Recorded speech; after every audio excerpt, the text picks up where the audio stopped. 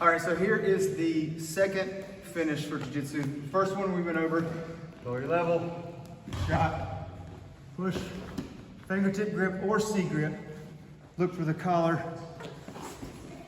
and come into north-south or side. This one is a little more effective. Lower my level, I strike. Here, my joystick looks to the right like before.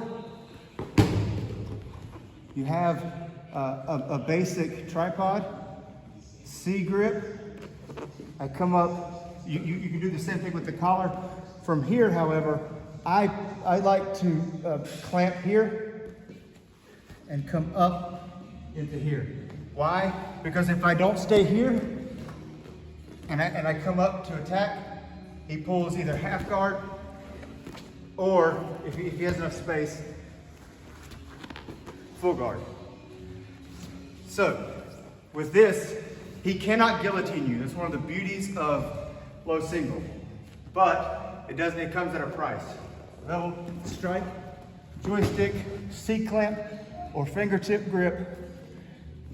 Make sure that you keep your shoulder on his knee, your grip here, and you can come up by spidering your legs this way. It's hugely important. All right, so one more time. Level.